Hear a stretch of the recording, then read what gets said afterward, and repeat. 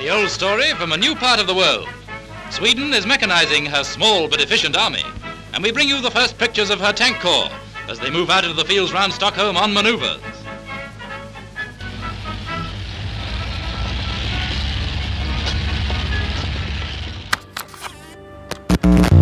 What you just saw is an old British news report announcing that Sweden was modernizing its armed forces. The reason why they had to arm themselves to the teeth was simple. They were convinced that they would be invaded by the Nazis. Faced with uncertainty, the best thing they could do was prepare their soldiers and have their tanks ready for action. However, the power of the German army was immense, and in an open battle, it would destroy its enemies. How then did the northern country avoid being conquered? Today, in this new episode, we will tell you everything about Sweden's role in World War II.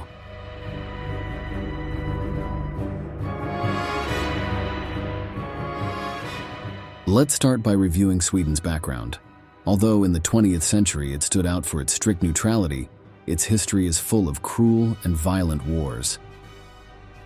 In the Middle Ages, it was known as the land of the infamous Vikings, the warriors who ravaged Europe for generations, plundering and destroying everything in their path. Between the 15th and 18th centuries, it was involved in wars against Russia, Denmark, Norway, and Poland. Virtually all the nations around it suffered some attack or attempted invasion.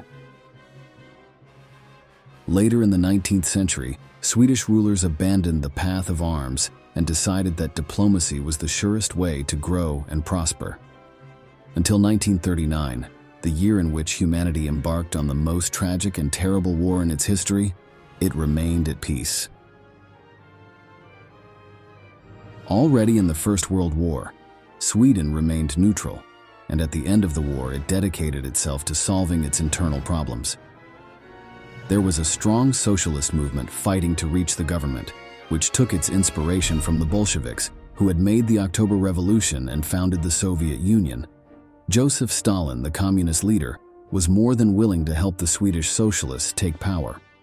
However, what happened was that, at the beginning of the 1930s, the state was left in the hands of a group of social democratic politicians. The new authorities were extremely cautious and opposed the country meddling in the continent's conflicts. At that time, Adolf Hitler and Benito Mussolini were in their prime and ruled their empires with an iron fist. Everything pointed to the fact that there was a war about to break out in Europe, and that the main contenders would be Nazi Germany, Fascist Italy, the Soviet Union, and Western capitalist powers such as Great Britain and France. The Swedish Social Democrats wanted to stay out of this catastrophe, as they were convinced that Sweden had nothing to gain. Not only would hundreds of thousands of people die, but the country would also lose its autonomy by allying itself with any of the other nations. They also had reason to fear Joseph Stalin, who had his own plans to expand into the Northern Territory. The Swedes were playing a risky game. They wanted to remain neutral in the middle of a world that was headed for a massacre. The slightest mistake could cost them their independence, so they had to think twice before taking a step. To begin with, they dedicated enormous sums of money to improving their armed forces.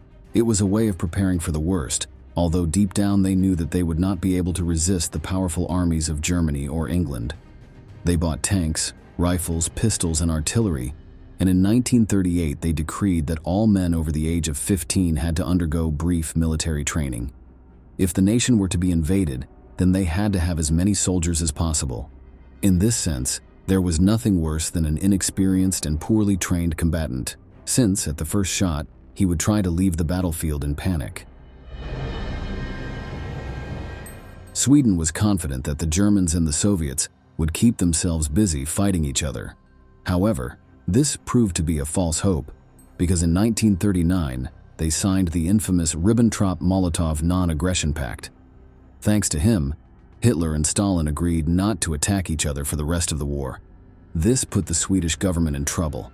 The political situation in Europe was a wildfire. All that was missing was the spark that would blow everything up, and when the conflict broke out, Sweden took it for granted that it would be one of the first nations to be invaded. The only unknown was whether the attack would come from Germany or the Soviet Union. This doubt was resolved almost immediately when, in 1939, Stalin launched a brutal offensive against Finland, unleashing a conflict that would go down in history under the name of the Winter War. Since Sweden and Finland were neighboring countries, they had great social and cultural similarities. For this reason, the Swedish population was in favor of breaking neutrality and helping their neighbors in the fight against the communists. In fact, some 87,000 men volunteered to join the ranks of the Finnish army. Here you can listen to a fragment of the speech of a general of the country to the volunteers. Jag hälsar eder, svenskar, med vilka vi på många slagfält under sekler delat segrars ära, men också nederlagets bitterhet. Värdiga det svenska namnet, att fullständigt av eder ställt sig vid vår sida. Due to pressure from the people, the Swedish government abandoned its classic policy of impartiality and declared itself a non-belligerent country. In practice, this meant that he would not participate directly in the war, but would help Finland with money and weapons to expel Stalin's troops from their lands. He even helped evacuate some 70,000 children who had lost their homes or been orphaned during the conflict. Now, as in any war, nothing is certain, and from one moment to the next, everything can change completely. Beginning in 1940, Swedes felt the threat of Nazism more than ever. Hitler's forces conquered Denmark in a matter of hours, and in the following months, they did the same to Norway. Sweden had stationed its troops on the border with Finland to protect itself from a possible Soviet attack. However, now things had changed, and the offensive was most likely coming from the Germans. Germany issued a threat to the Swedish government. If it mobilized its soldiers, even preemptively, this would be seen as hostility, and they would have no choice but to invade. The authorities reacted quickly and organized the sending of letters to each of the homes in the country. In them, the men were warned that they should arm themselves and report to the nearest military barracks. This is how, in a matter of days, Sweden amassed a force of more than 300,000 soldiers ready to fight. Although in the end it was not necessary for them to march into battle, this was a sign of the patriotism of its citizens and their willingness to give their lives for their land if necessary. Meanwhile, the Nazis were advancing across Norway, subduing the population and destroying those who opposed them. Although the nation had been almost completely conquered, there were still pockets of resistance that refused to die. For this reason, the German High Command demanded that Sweden give them access to its telephony and telegraph networks. This would give them more information about their enemies' movements and make it easier for them to win. The Swedes accepted the proposal, but at the same time, they tapped the lines to be aware of German communications. By spying on their messages, they were able to decipher the codes they used to encrypt them. Sweden passed the Nazis' confidential information to its allies in the Polish resistance, who, in turn, passed it on to Britain. This gave the English an advantageous position during some of their engagements against the Wehrmacht. However, this did not mean that the British trusted the Swedes. Quite the opposite. Winston Churchill, the Prime Minister of England, established a blockade on the country that nearly choked off its trade. For their part, the Germans also sent ships to patrol the coasts of Sweden. Our protagonists were in a catastrophic position, surrounded by enemies and with an economy on the brink of disaster. This unfavorable situation led them to collaborate, on some occasions, with the Third Reich. One of them was in 1941 when Hitler was preparing Operation Barbarossa, that is, the invasion of the Soviet Union. This time, authorities allowed German soldiers to use their trains and railways to transport themselves to the communist nation, as this was more reliable than traveling across the treacherous sea. So that you can imagine the danger that this implied, keep in mind that, even today, German shipwrecks continue to be found on the coasts of Norway. Underwater engineers found an ugly piece of history earlier this summer. It was the wreck of a Nazi warship off the coast of Norway. The remains of the German boat were first detected by sonar 3 years ago. But when crews from a Norwegian power company were able to examine the wreck more closely, they were startled to find that it was emblazoned with a swastika. A large part of the Swedish population was scandalized by the fact that their leaders collaborated with the Nazis, although they could do nothing to prevent it. In reality, for the government, it was a matter of mere survival. It believed that openly confronting Hitler would end in tragedy, and that it was preferable to help him from time to time so as not to incite his fury. Furthermore, a large percentage of Sweden's exports were destined for Germany, so if they wanted to keep their economy afloat, they had to protect that relationship at any cost. Although this was the darkest side, it is also true that during World War II, our protagonists helped save countless lives. To begin with, some 50,000 Norwegians fled the clutches of the Nazis and headed to Swedish territory, where they found a population willing to receive them and give them shelter. Similarly, in 1942, the government allowed Jewish refugees to stay there so as not to be killed by the Holocaust. This allowed half of Norway's Semites, about 900 people, to escape the clutches of death. Furthermore, almost all of Denmark's Jews settled in Sweden and survived the Nazis. Now, the Germans were aware of the maneuvers that our protagonists were making, despite having declared themselves neutral. So, why didn't they invade them? Without a doubt, the Führer had reasons for wanting to take over the country. This land was rich in iron mines, one of the most coveted resources in the world, especially in times of war, where having a supply of raw materials was essential. The Third Reich's original plans were to take over Northern Europe, invading first Denmark, then Norway, and finally Sweden. However, the latter never materialized. It is possible that they did not see it as necessary, since the Swedish authorities were willing to collaborate through diplomatic channels. At the same time, it is also true that Germany was too busy battling the Allies, who, after 1941, were joined by the United States and the Soviet Union. In reality, the reason why the Third Reich never invaded Sweden is as simple as it is curious. When the German High Command announced that they would attack the Swedes, the commander of the German Air Force, Hermann Göring, opposed it. Outraged by what he was hearing, he left the meeting and requested a personal interview with Hitler. He was not just any man, but he was the Führer's right-hand man, as well as one of the most prominent members of the National Socialist Party. He was considered the best airline pilot in the Nazi Empire, and there was not a soldier who did not respect his reputation or fear his steely personality. Here you can see him practicing one of his favorite sports, animal hunting.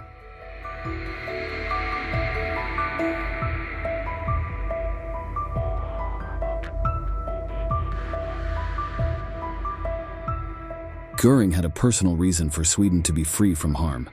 After World War I, he had married a Swede named Karin von Kantzow. He was so in love with her that, in her honor, he went so far as to name her Berlin mansion Karinhall in her honor. In addition to the romantic side, the marriage helped him become friends with great politicians, businessmen, and prominent figures in Sweden. To all of them, Göring had promised that, if a war broke out, the neutrality of his country would be respected, and they would maintain their independence as long as iron exports to Germany were not interrupted. It is for this reason that the Air Force commander was enraged when he learned that the Third Reich would break his oath. Scandalized, he met with Hitler and explained the situation to him.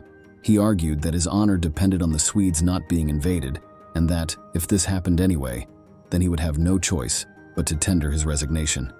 The people who dared to threaten the Nazi leader could be counted on the fingers of one hand, and Göring was one of them. The dictator was so fond of him that he finally gave in to his demand, ordering the military high command to cancel plans to conquer Sweden. Ultimately, this was what ensured that our protagonists maintained their autonomy and that their population was not annihilated by Nazism. In 1945, at the end of the war, the Swedes were harshly criticized by the Allies, particularly by Winston Churchill.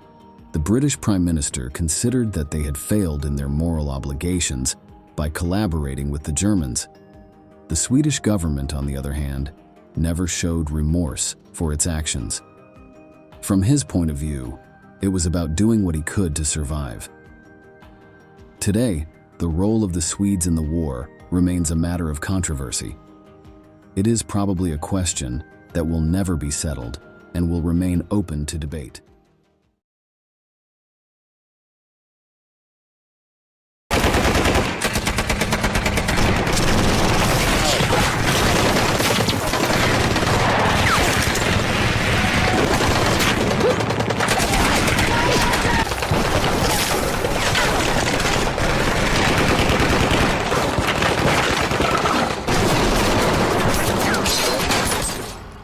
During World War II, there were no fiercer rivals in the entire conflict than Adolf Hitler, leader of Germany, and Joseph Stalin, head of the Soviet Union.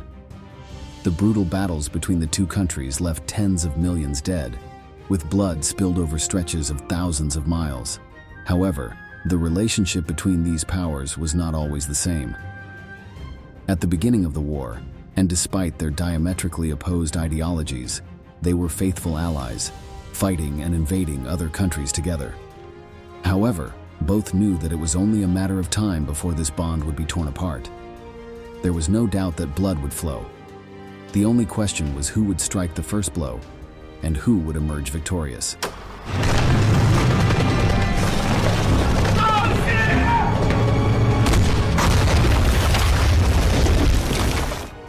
Today, in this new episode of Military History, we will tell you all about the intriguing pact between two of the most sinister figures in history, Stalin and Hitler, from the creation of this alliance to its explosive destruction.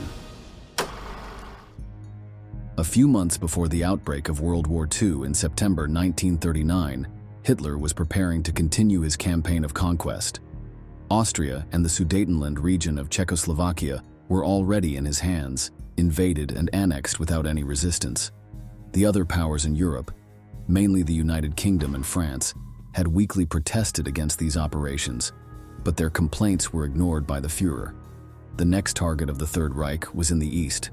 It was Poland, a prize much coveted by the Nazi leader, who sought to expand his empire into this territory. But unlike his previous victims, the Poles made it clear that if they dared to cross the border, they would be greeted with a storm of bullets. On this occasion, the British and French also threatened that if the country's sovereignty was endangered, war would be declared. Hitler was not very worried about this scenario, however. He did not believe in the threats from the Allies and thought that even if they were true, his armies would not be able to resist the modern German forces. But there was one aspect of the situation that kept him awake at night. If war began, what would his main enemy, the Soviet Union, do? Joseph Stalin, the dictator of the Eurasian giant, asked himself the same question about his rival. He had no doubt about what Nazism thought of him and his people, made up largely of Slavs and Jews. The party's ideology considered them inferior and subhuman, unworthy of sharing the planet with the superior Aryan race. In turn, communism threatened traditional Western values and was a direct path to barbarism. The survival of the German man would only be guaranteed when they were destroyed. War between the two nations was inevitable. Here we have a popular illustrated history of so-called racial science that was published in Germany in the 1930s. So we have the pure Germanic youth as opposed to the degenerate Jewish youth. On the right-hand side here is a rather crude world map purporting to show revolutions that were instigated by Jews and their associated Freemasons. So we have here, in fact, a perfect illustration of Hitler's view of the Untermensch, the subhuman, conflation of the Jew, the Slav and the communist. These were the very peoples that were now ripe for subjugation and indeed for extermination in Germany's eastward cultural mission. The territory Hitler wanted could only be obtained through war. Knowing this, Stalin tried to negotiate treaties with the United Kingdom and France to achieve a defensive alliance, guaranteeing that if one was invaded, the others would come to its aid. But these agreements never came about. The Soviets suspected that the Allies wanted the Russians and Germans to engage in a long and costly war, leaving the rest of Europe free of hostilities. For his part, Hitler did not want such an alliance to be cemented, as he feared facing a two-front war. That is why he resorted to a plan as desperate as it was surprising. He would establish a pact with his greatest enemy before any other treaty could be made. Thus began the rapprochement between the foreign ministers of Germany, Joachim von Ribbentrop, and of the Soviet Union, Vyacheslav Molotov. To the surprise of many, who perhaps expected that the negotiations between these rivals would not prosper, they were carried out very quickly. On August 23, 1939, with the approval of their respective heads of state, the Molotov-Ribbentrop Pact was signed. It guaranteed 10 years of peace between the two countries. In this way, Hitler could invade Poland and even engage in a war with the Allies without risk of Soviet intervention. For his part, Stalin would have time to organize his Red Army for the conflict against the Germans, which, despite the treaty, he still believed impossible to avoid. In the Kremlin, Stalin proposed a toast. I know how much the German nation loves its Führer. I should therefore like to drink his health.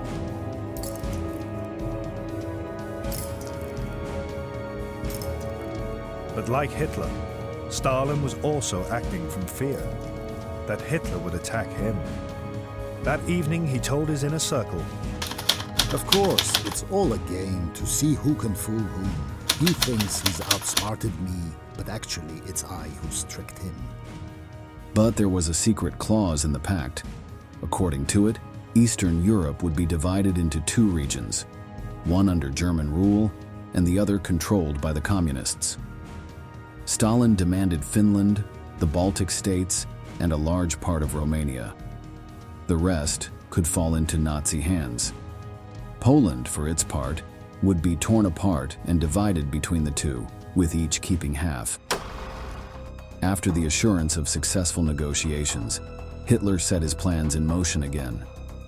On the 1st of September 1939, just 8 days after the signing of the treaty, German soldiers crossed the border into Poland, thus beginning the Second World War. The defenders could do little against the tanks and a much larger, better trained and equipped German army.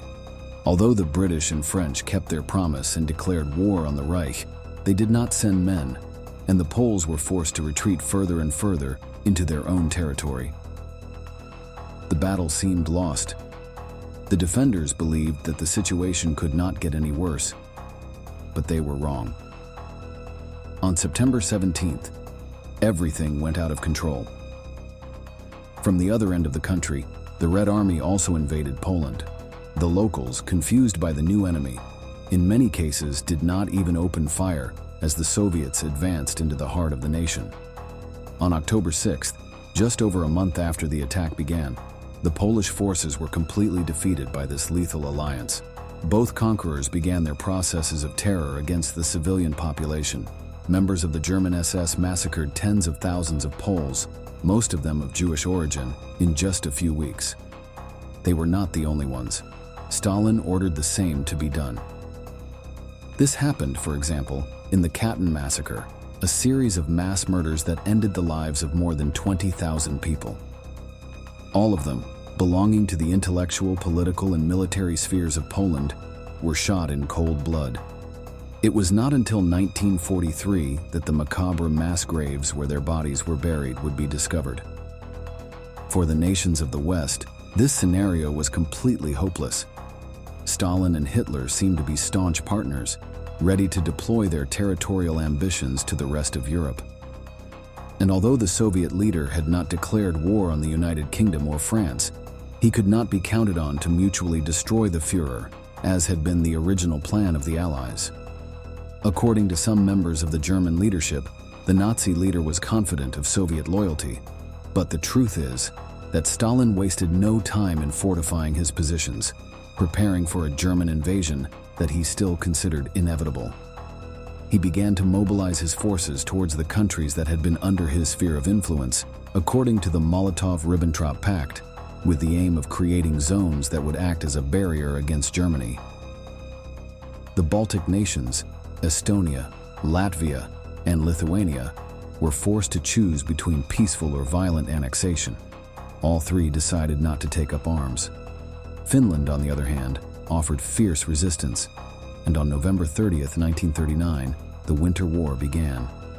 After 3 months, the Finns had to surrender, and although they ceded territory to the Soviet Union, the country was not conquered in its entirety. Stalin had not achieved his objective, and during the brutal conflict, the Red Army lost around 125,000 soldiers. This was not the first time that the world had witnessed the incompetence of the communist forces, whose most experienced generals had been shot under Stalin's orders in the previous years, during the Great Purge that began in 1936. Although in theory they were his allies, Hitler was glad for the blood shed by the Russians. The Führer ended up convincing himself that, when the time came for their elimination, they would not pose a real danger to the Third Reich. But for the moment, his objectives were different. On May 10, 1940, the German army launched a massive invasion of its western neighbors. France, Belgium, Holland, and Luxembourg were attacked simultaneously. Despite all the defensive preparations they had made, within just 6 weeks, they were defeated and their countries conquered. British forces, which had been sent to assist their allies, were eventually driven off the continent, but not before suffering terrible casualties. With the French surrender, the United Kingdom became the only force still standing, opposing the rule of the Third Reich. For the Nazis, this was a huge triumph. For Stalin, it was terrible news. Nikita Khrushchev, later Russia's prime minister, recalled Stalin's reaction to Hitler's lightning victories.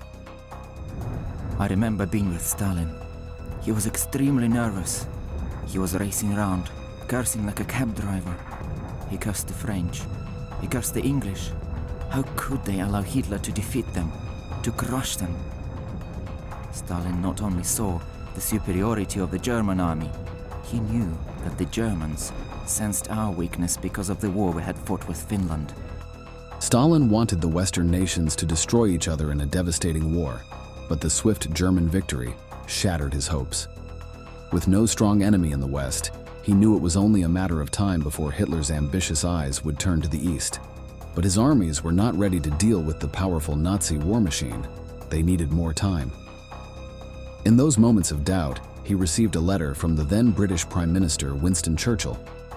In the message, he urged an alliance between their countries, appealing to what they both knew. The Soviet Union would be the new target of Nazism. Stalin, however, decided to demonstrate his loyalty to the Führer and informed him of the Englishman's intentions. But this turned out to be a huge mistake. After France's crushing defeat, Hitler was surprised that the United Kingdom had not tried to negotiate peace with Germany.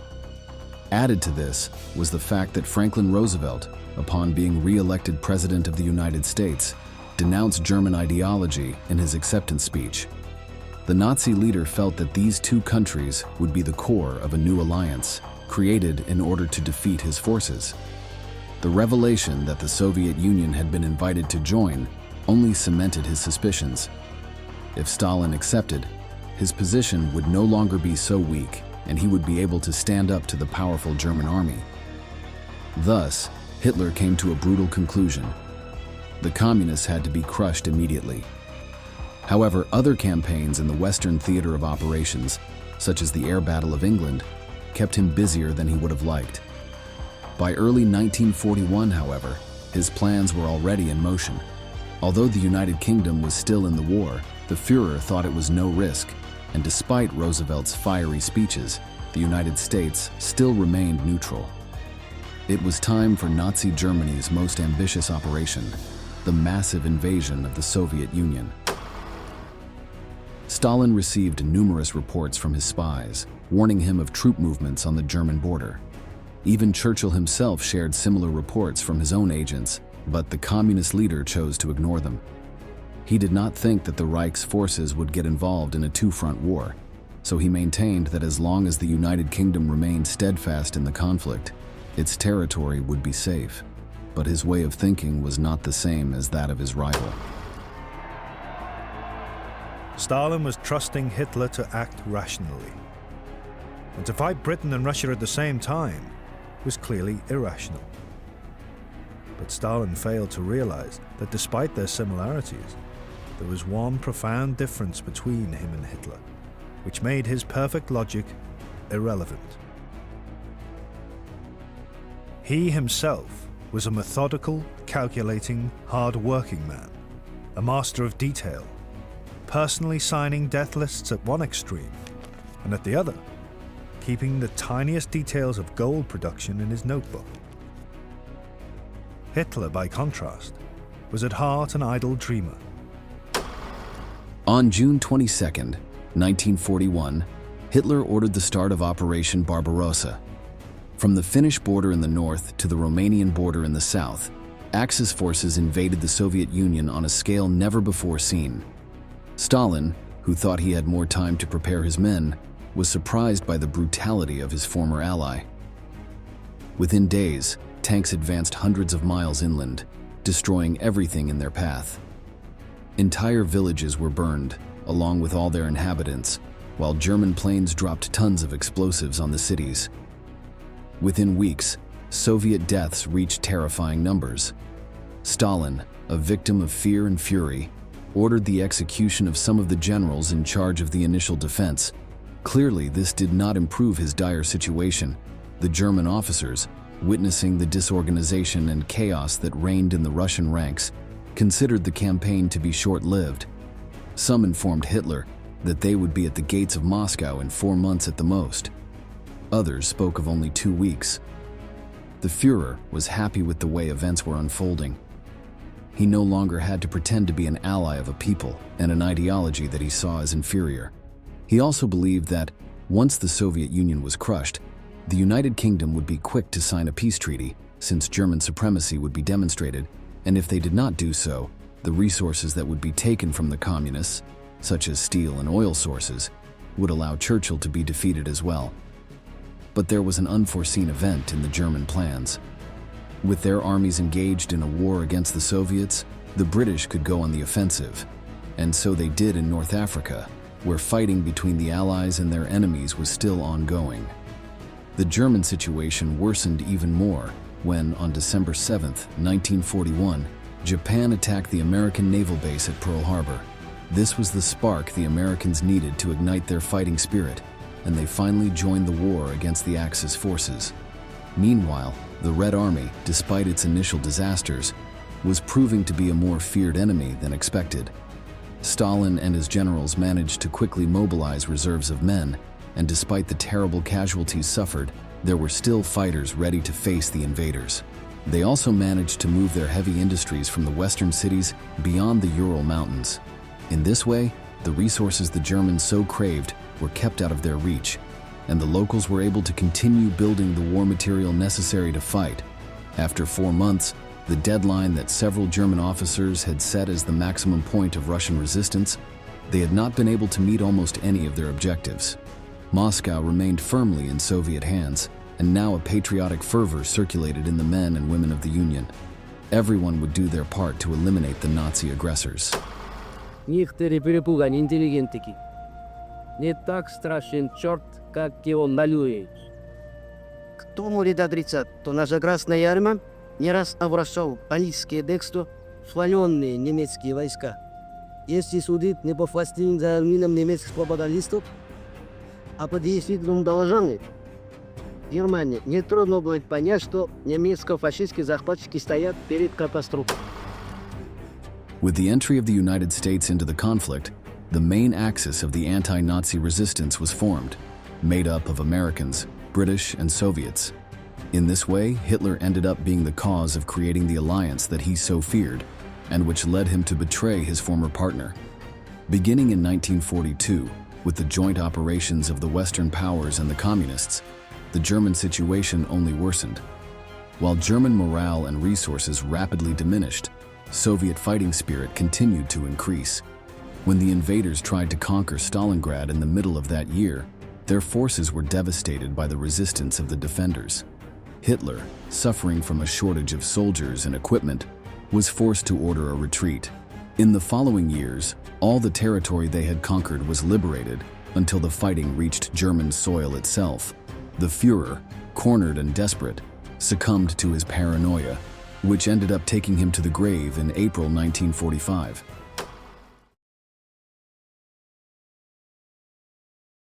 On September 1st, 1939, dawn brought with it a deafening roar that shattered the tranquility of the fields of Poland. So many years of accumulated tension had just exploded. The sound of engines advancing to the beat of Adolf Hitler completely dominates the scene. Nazi Germany has set its war machine in motion, and the smell of death begins to spread.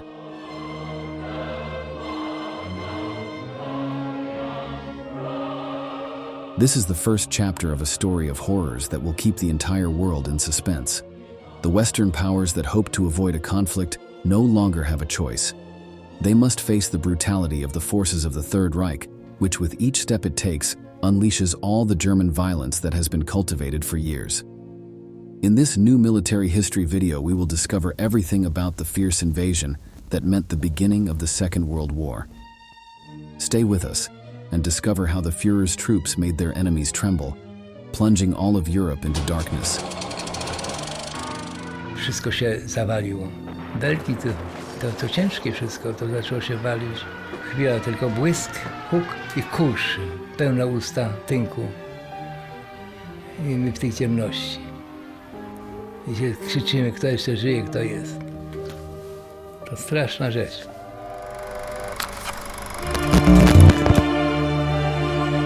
The conflict between 1939 and 1945 was the most destructive in the entire history of mankind.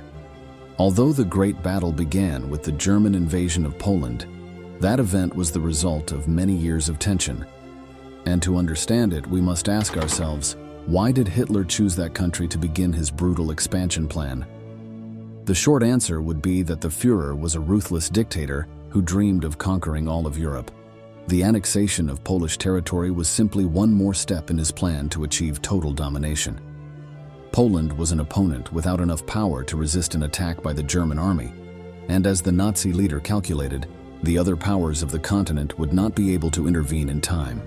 However, the background is much more complex, and to understand it, we must travel back several years to the First World War. That conflict ended with the defeat of the Germans, which was confirmed by the signing of the Treaty of Versailles in 1919. The peace agreement ended the conflict and established several points that caused a feeling of humiliation in the Germans. One of them was the reduction of their army to only 100,000 men, in addition to the prohibition of recruiting new soldiers. The nation was practically demilitarized, but that was not all. On the other hand, when the treaty was signed, the victorious Allies divided the territory that had been part of Germany. They also did the same with that of their war partner Austria-Hungary, and with the Russian Empire that had disintegrated under Bolshevik control. A series of countries emerged from there, including Poland, which had last existed as an independent state in 1795. Another was Czechoslovakia, whose name reflects the decision of the Allies to combine areas dominated by two different ethnic groups, the Czechs and the Slovaks. Hitler despised these new nations. However, he took advantage of them, as both had significant German populations. He feigned a false concern for the welfare of these people as a pretext for demanding territorial concessions.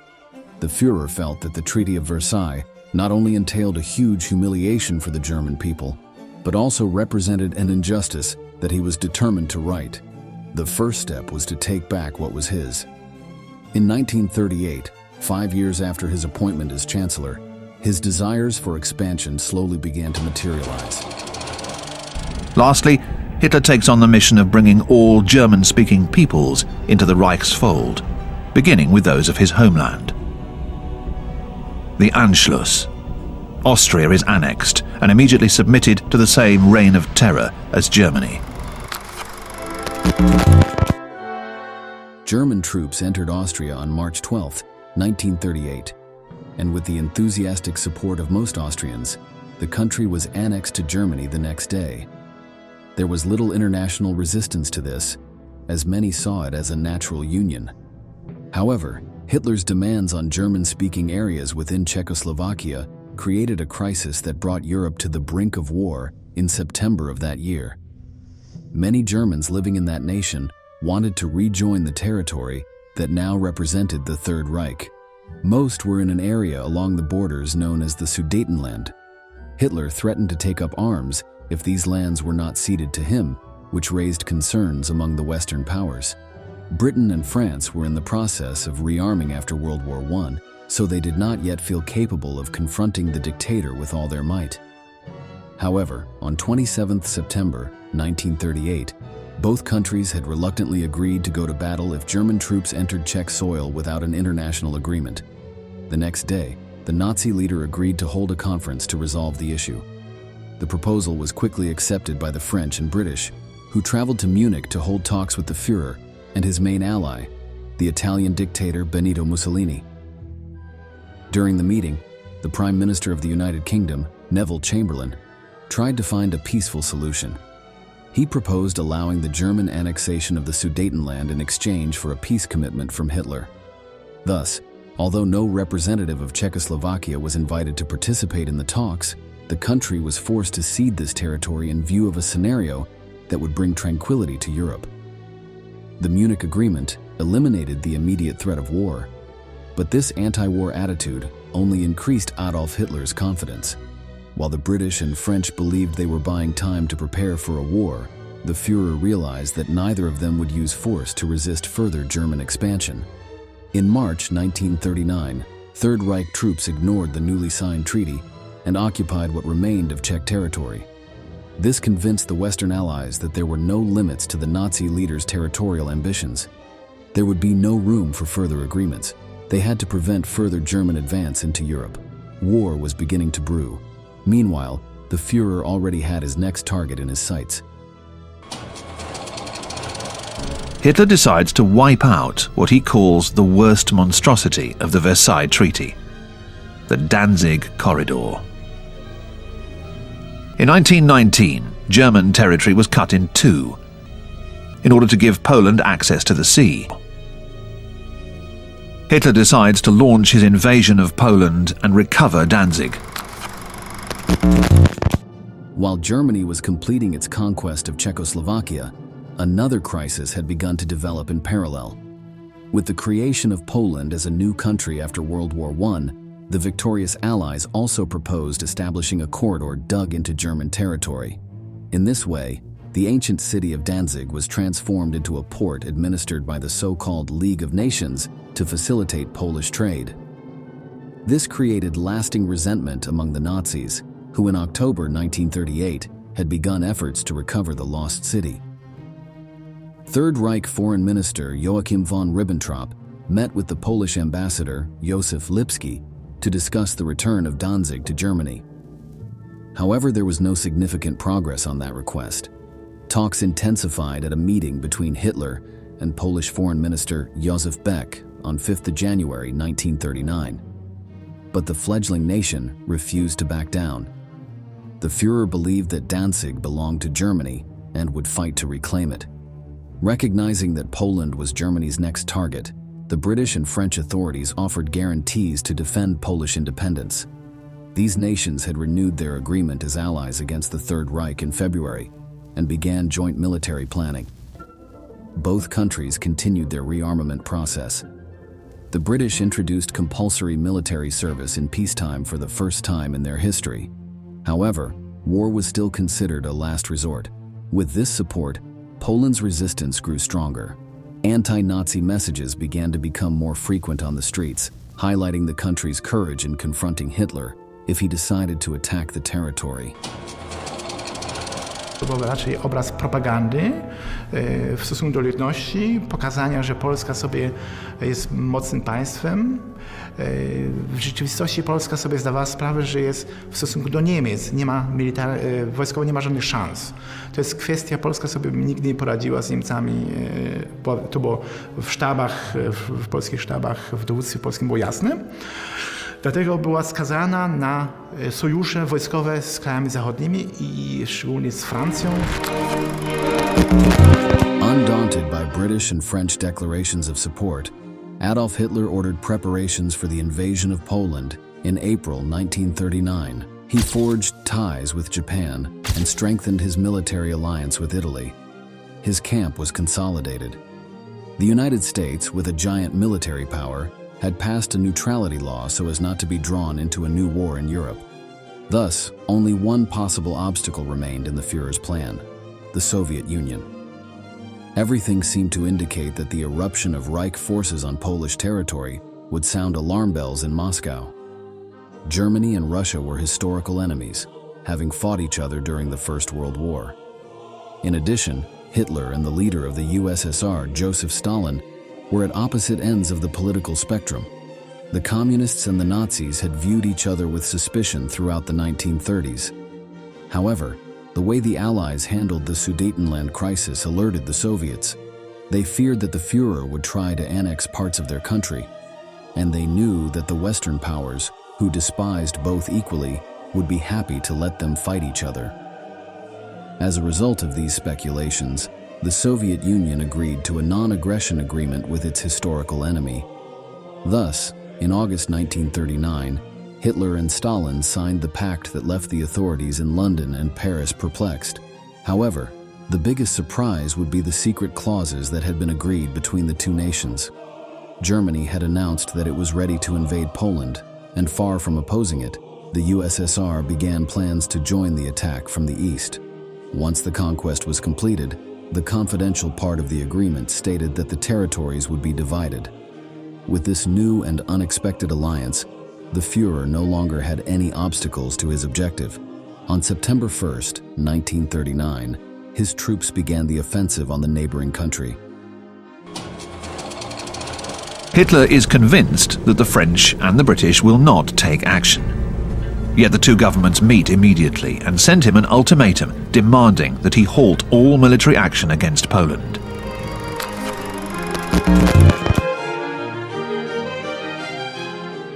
Despite the threats, nothing would stop the Führer. His troops were already on the move, laying waste to everything in their path using an innovative and lethal combat tactic. The invasion of Poland was the stage for the debut of the so-called Lightning War, or Blitzkrieg, a strategy that combined the coordinated use of the different branches of the German military.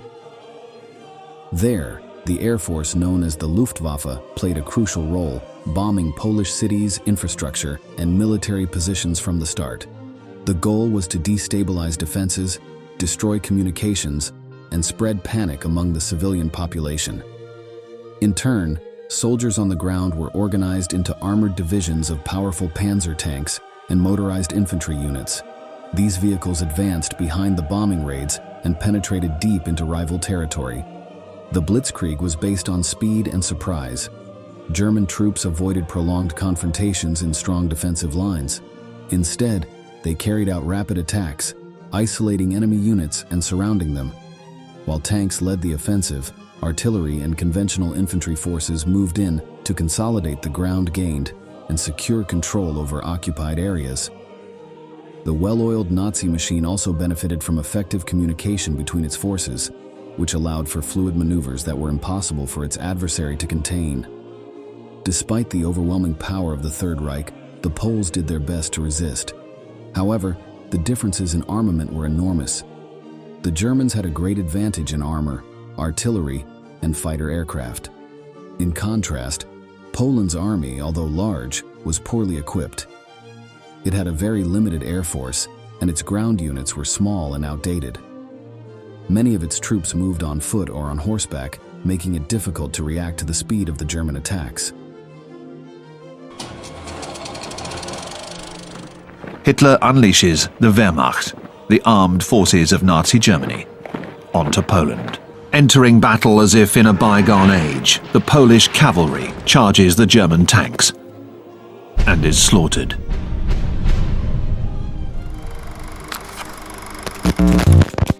The initial chaos of the conflict quickly spread over the territory of Poland. The final destination, the capital, Warsaw. Just as Hitler had imagined, the promise of British and French protection had not had any effect. It took 2 days for the Prime Minister of the United Kingdom, Neville Chamberlain, to transmit an announcement informing his nation of what was now inevitable. At 11:15 on 3 September, after receiving no response to the ultimatum sent to the Führer demanding a withdrawal, war was declared against Germany. Faced with the news, the people were frightened and plagued with uncertainty. However, this outcome was not a surprise. Tensions in Europe had been increasing for years despite Britain and France's refusal to accept it. Now it was time to fulfill their promise of assistance to the Poles. French forces attack on September the 7th, 1939, 4 days after declaring war. This offensive, launched to show public opinion that Poland has not been abandoned, advances 8 kilometers into the Saar region. Despite this small presence in the fighting, the Allied powers did not launch any significant offensives on the Western Front, which destroyed Polish hopes of an attack that would force the Germans to redeploy their forces. On the contrary, the full power of the Third Reich fell upon Poland. As if that were not enough, the situation became even grimmer on 17th September, when Russian troops began to cross the border from the east. The Polish army was already at a disadvantage, but when the Soviets attacked, the outlook became desperate. As previously agreed with Hitler, the Soviets have invaded the eastern half of Poland. Here, German and Soviet soldiers are fraternizing, an incongruous sight to say the least. The Nazis hand out flyers that read, "The German army salutes the Red Army of workers and farmers, which it has always held in the highest respect." The advance of the circumstantial partners was relentless despite the Polish efforts. The defense was fierce, but stopping the joint brutality of the Germans and Soviets proved impossible. The capital of the country was surrounded by the enemy, who launched constant offensives to take control of the city. However, the heroic resistance of the local soldiers delayed that plan. This did not sit well with the Führer, who responded with even greater violence. On the 25th of September, Hitler orders the bombing of Warsaw. The city is surrounded, but still holding out.